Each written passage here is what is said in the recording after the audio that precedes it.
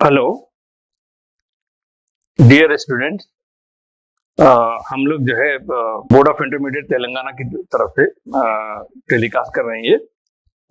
हम लोग बहुत सारे कॉल्स रिसीव कर रहे हैं intermediate first year and second year students की तरफ से, जैसा कि examination anxiety, nervousness, unable to face the examination और challenges before examination, how to prepare.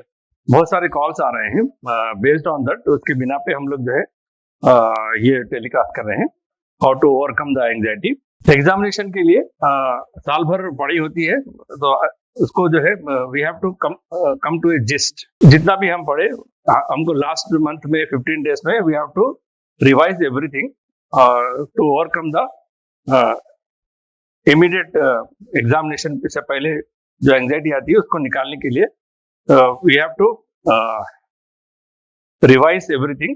And अगर कोई ऐसा मौका मिले कि प्री फाइनल एग्जाम जैसा है, तो कैसा भी लिखिए प्री फाइनल एग्जाम, उससे आपकी जो है एग्जामिनेशन में फेस करने की ताकत आएगी। मतलब आपको सहूलत होगी एग्जाम में लिखने के लिए, इसलिए कि आपको प्रैक्टिस होगी और क्वेश्चन पेपर का कैसा पढ़ना, टाइम मैनेजमेंट कैसा करना, पूरा ये सब चीजें आपको प्री फाइनल एग्जाम में आसानी से मिल जाते हैं, सीख लेते हैं आप लोग एग्जाम से पहले।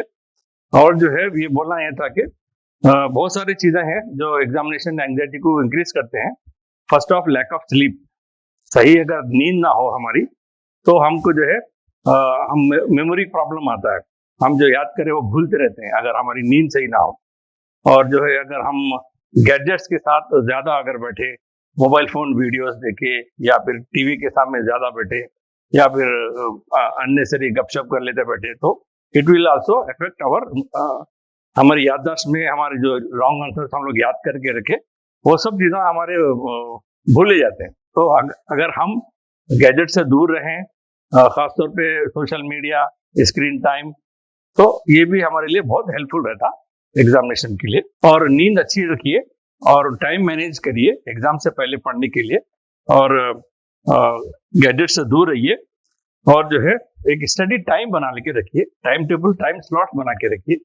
पूरे सब्जेक्ट्स को कवर करना है, पूरे चैप्टर्स कवर करना है, और लॉन्ग आंसर को वर्ड बाय वर्ड याद करने की जरूरत नहीं है। आप निमोनिक्स या फिर साइड हेडिंग्स को याद कर सकते हैं और अपने ओन समझ के, आंसर को समझ के अपने ओन लैंग्वेज में लिख सकते हैं। It is. और एग्जामिनेशन एंग्जाइटी को दूर करने के लिए थोड़े टेक्निक्स है, जैसा कि डीप ब्रीदिंग टेक्निक्स है, या फिर जो है थोड़ा सा माइंडफुलनेस बोल के टेक्निक आती। एक जगह बैठ के आंखा बंद करके अपने आप में थोड़ा सा जोर से सांस लेना, सांस छोड़ना, फिर जोर से सांस लेना, सांस छोड़ना, थोड़ा दिमाग लगा के माइंडफुलनेस के साथ आप क्या कर रहे हैं आपको मालूम होना चाहिए। वो करते हुए अगर आप करेंगे तो आपको मोमेंट्स में, थोड़ी सी देर में आपको महसूस होगा ऐसा कि आपको जो है थोड़ी एंग्जाइटी दूर होगी, कम होगी। थोड़ा सा ब्रिस्क वॉक भी कर सकते हैं, थोड़ा सा जो है पढ़ाई से दूर होके थोड़ा ब्रिस्क वॉक, यानी कि थोड़ी लाइट एक्सरसाइज वगैरह भी कर सकते हैं आपको एंग्जाइटी दूर करने के लिए। But focus has to be there. मगर फोकस जरूरी है एग्जाम से पहले। आपको पूरा हर चीज आपकी इन्वॉल्व होना चाहिए कि मेरा टारगेट क्या है, मेरे को एग्जाम फेस करना है, मेरे को उसके हिसाब से पढ़ना है।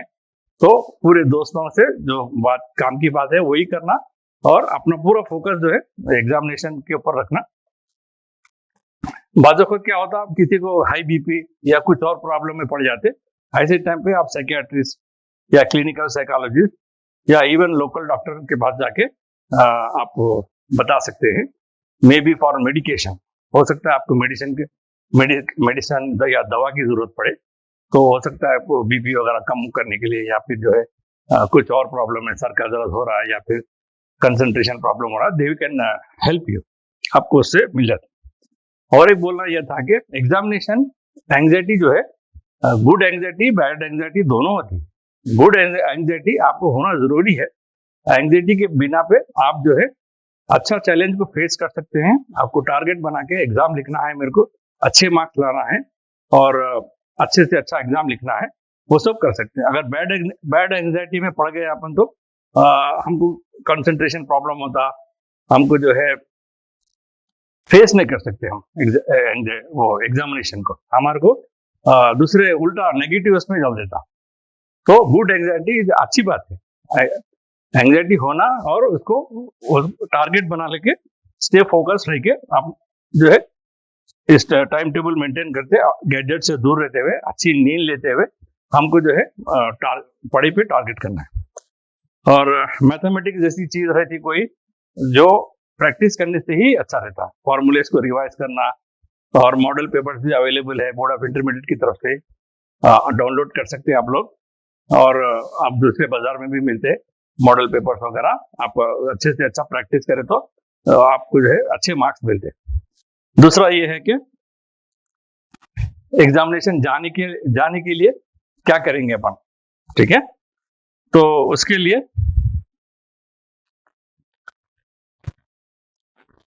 भी एक प्लानिंग बनाइए।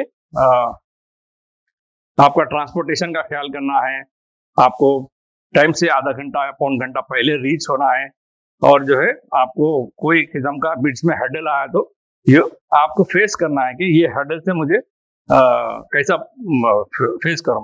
मैं बहुत सारे लोगों बच्चों को देखा जो एग्जामिनेशन हॉल में आधा घंटा बाद पहुंचते हैं, वो बस से जाते या फिर कोई दोस्त की गाड़ी पे बाइक पे जाते, या फिर जो है कुछ हो जाता उनको। ऐसा मत होने दीजिए, आप प्लानिंग के साथ जाइए एग्जामिनेशन हॉल में। 45 मिनट्स पहले वहां रहने में कोई बुरी बात नहीं है, वहां बैठ के भी थोड़ा बहुत पढ़ सकते हैं। अपने साथ बॉटल लेके जाइए, और जाने से पहले चेक कर लीजिए पेंसिल पेन वगैरह हॉल टिकट वगैरह है नहीं है साथ मेरे, और लूज कपड़े, थोड़ा वाटर बॉटल वगैरह साथ में रखिए, और जो है अननेसेसरी डिस्कशन फ्रेंड्स के साथ या फिर चैटिंग करने से बचिए, क्योंकि अपने टारगेट पे उसका इफेक्ट पड़ता। तो उसके बाद जो है एग्जामिनेशन हॉल के अंदर जाने के बाद अच्छा सा केयरफुली आप जो है पूरा इंस्ट्रक्शन पढ़िए क्वेश्चन पेपर के, बहुत जरूरी है एग्जामिनेशन में क्वेश्चन पेपर पढ़ना, और पहले पहुंच के पूरा हॉल टिकट नंबर वगैरह लिखना करना, और इसको एक चैलेंज समझ के करिए। कोई ऐसी नर्वसनेस है की जरूरत नहीं है। लॉन्ग टर्म में आपको जो है जितना आप अच्छा फेस करेंगे चैलेंज को, जितना अच्छा कॉन्फिडेंस से लिखेंगे एग्जाम हॉल में बैठेंगे, और आपको उतना ही जो है बाद में मजा आएगा। जैसा कि आप फर्स्ट क्लास पास होंगे या अच्छे मार्क्स से पास होंगे तो आपको यू आर द विनर। तो उसके लिए ख्याल करके आपको जो है चैलेंज को लीजिए और फेस करिए। इससे भागना नहीं है, ना ही जो है छोड़ के जाना है, ना ही नर्वस होके हम नहीं कर सकते बोल के। बहुत सारे बच्चे ऐसा देखा मैं जो हम नहीं कर सकते बोल के वो लोग वही नर्वस हो जा रहे हैं। ऐसा नहीं करना चाहिए। You have to be bold enough. अपने आप को प्रिपेयर करिए, बोल्ड बनाइए, चैलेंज को फेस करिए। जब आपको खुशी होंगी कामयाबी की तो आपको जो है you are only the winner, कोई और उसमें हिस्सेदार नहीं रहेगा। एग्जामिनेशन हॉल में और एक चीज है टाइम मैनेजमेंट। ओके, मैं बहुत सारे थोड़े बच्चों को ऐसे देखा जो से फॉर एग्जाम्पल 10 क्वेश्चन सेट करने के शुरू के दो क्वेश्चन के वो 3 घंटे के पेपर में 1.5 घंटा लगा देते हैं, क्योंकि टाइम मैनेज नहीं कर पाते। तो दिस इज ऑल्सो बहुत बुरी बात है, रॉन्ग है ये। आपको टाइम स्लॉट्स बना लेना चाहिए। जो मैं करता था वो पूरा टाइम स्लॉट बना के चाहे कुछ भी हो जाए वही टाइम में आपको जो है आंसर करना है। अगर हुआ तो थोड़ी स्पेस छोड़ के नेक्स्ट आंसर शुरू कर सकते हैं, क्योंकि ये सब चीजें नेक्स्ट आंसर शुरू कर सकते हैं, हाफ पेज वगैरह ऐसा छोड़ दे सकते हैं, क्योंकि आपको जो है 1-2 आंसर में पास नहीं हो सकते। अगर आप 3 घंटे 2 आंसर्स के लिए 3 आंसर्स के लिए लगा दिए तो आपको पूरा जितना भी आता और जो भी ऑप्शन है पूरा कवर करना है। कवर करे तो ही आपको जो है अगर आप अच्छे से अच्छा लिखे तो भी आपको जो है अच्छे परसेंटेज मार्क्स मिल सकते हैं। कम से कम भी मिले तो आपको कम से कम 50% भी मार्क्स तो आ ही जाते हैं, मगर आपको पूरा कंप्लीट करना है, कोई छोड़ना नहीं है, और टाइम मैनेजमेंट करना है। टाइम स्लॉट बना लेना, एक क्वेश्चन को कितना टाइम देना है उतना ही लिखना है। अगर आपको तो एक हाफ पेज ऐसा छोड़ के दूसरा क्वेश्चन शुरू कर दीजिए, उसके बाद लास्ट में आके फर्स्ट जो छोड़ दिए उसको भी फिर दोबारा लिख सकते हैं, कर सकते हैं। और इसमें जो है हैंड राइटिंग का बहुत बड़ा रोल है। जैसा कि अगर आप कोई पेपर में कोई सब्जेक्ट में फुल मास्टरी रखते हैं तो उससे आपको इवॉल्वेटर एग्जामिनेशन के जो इवॉल्वेटर रहता जो मार्क्स देती आपको, उनको पता नहीं चलता कि आप कितना डीप में उसकी नॉलेज रखते हैं। ओनली आपका जो प्रेजेंटेशन है, आप कैसा प्रेजेंट करते हो वही मैटर करता है। आप जो है, बहुत सारे अच्छे बच्चे, ऐसा देखने में आया, बहुत सारे अच्छे बच्चे जिसकी हैंडराइटिंग अच्छी नहीं रहती, प्रेजेंटेशन अच्छा नहीं रहता, मार्क्स कम आ जाते हैं उनको। तो उससे बचना चाहिए आपको जो है। वो इंडेंटेशन बोलते हैं, जो पैराग्राफ बनाते, आगे हट के लिखना, पीछे हट के लिखना, और एम्फसाइज करना साइड हेडिंग को कि ये साइड हेडिंग्स है, ये सब चीजें रखे तो। और हैंड राइटिंग का बहुत ख्याल रखना पड़ता, और क्वेश्चन नंबर वगैरह लिखना है अच्छा विजिबल रहना चाहिए, राउंड अप करके कुछ तो भी करके। तो इससे क्या होता है, इवाल्वेटर को भी आसानी होती, और जो है उसको महसूस होता है कि यू नो समथिंग। तो आपको जो है उसका भी ख्याल करना है। और डायग्राम्स वगैरह भी बहुत जरूरी होता है। डायग्राम के बगैर अगर करेंगे आप, तो इवाल्वेटर को मालूम ही नहीं होता कि आपको इसकी नॉलेज है बोल के। हो सका तो इंपॉर्टेंट पॉइंट्स को अंडरलाइन भी कर सकते, अगर आपको जो एक पैराग्राफ में 2-4 टर्मिनोलॉजी है, बहुत इंपॉर्टेंट पॉइंट्स है, उसको अंडरलाइन भी कर सकते। वो जो है इवाल्वेटर को मालूम होता कि यू नो समथिंग। ओके। और हमेशा पॉजिटिव थिंकिंग रखिए, एग्जाम को जाने से पहले एग्जामिनेशन हॉल में भी पॉजिटिव थिंकिंग रखिए। आपको मैं कामयाब होने वाला हूँ, चैलेंज को फेस करने वाला हूँ, जो भी नॉलेज है साल भर जो भी पढ़े अपन उसको शॉर्ट करके लास्ट मोमेंट में प्रिपेयर करके, और जो है न्यूमेरिक्स वगैरह यूज करके, जो साइड हेडिंग्स है एग्जैक्टली वही लिखना है। और अंदर का स्टफ आप अपने समझ के हिसाब से पढ़ के लिख सकते हैं, वर्ड बाय वर्ड याद करके लिखने से ऐसा पॉसिबल नहीं है। प्राइमरी स्कूल के बच्चे छोटे आंसर को ऐसा करते हैं कि वर्ड बाय वर्ड याद करके एग्जाम में वही लिखते हैं। आप इंटरमीडिएट के लिए ये सब जरूरी नहीं है, आपको अपने लैंग्वेज में लिख सकते हैं।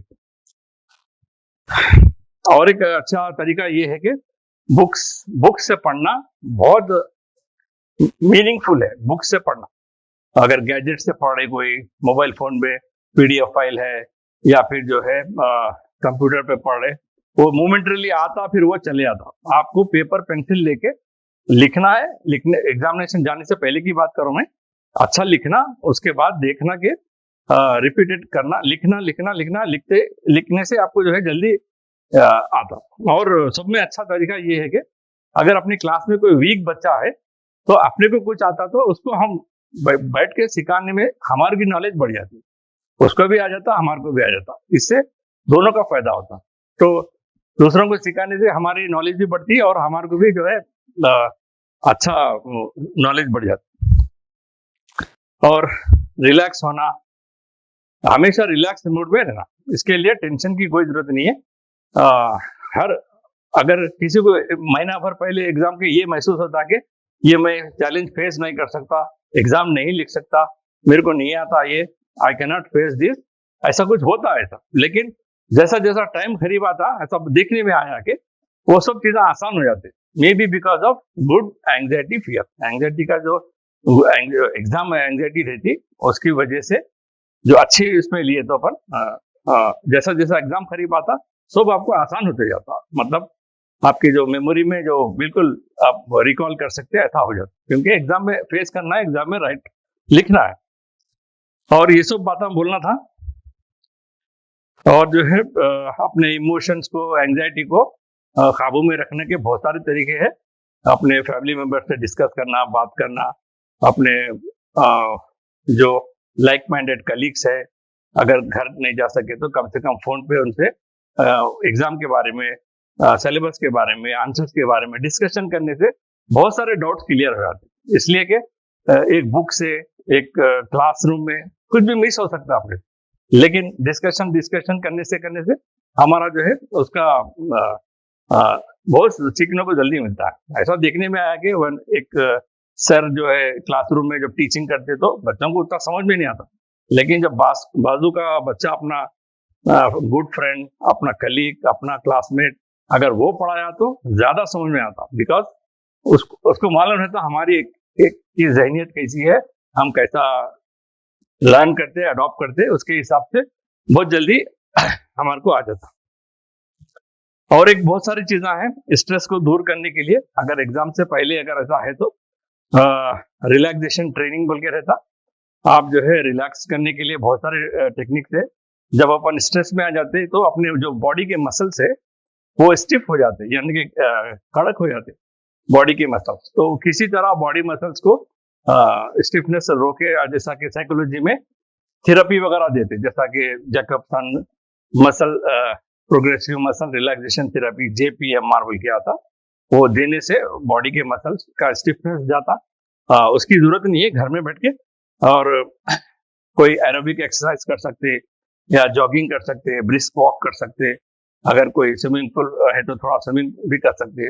और जो है ये सब चीजें करने से अपनी एंग्जाइटी स्ट्रेस वगैरह दूर हो जाता है। तो और दूसरा जो है, अपना सोशल लाइफ अच्छी रहना चाहिए, चाहे अपने कोई भी हो, रिलेटिव्स हो, पड़ोस हो, या फिर जो है अपने दोस्त अहबाब हो, अब खासतौर पे ये एज में क्लासमेट, जो जिससे हम अच्छा डिस्कशन करके उसको भी फायदा पहुंचाएंगे, अपने को भी फायदा पहुंचाएंगे।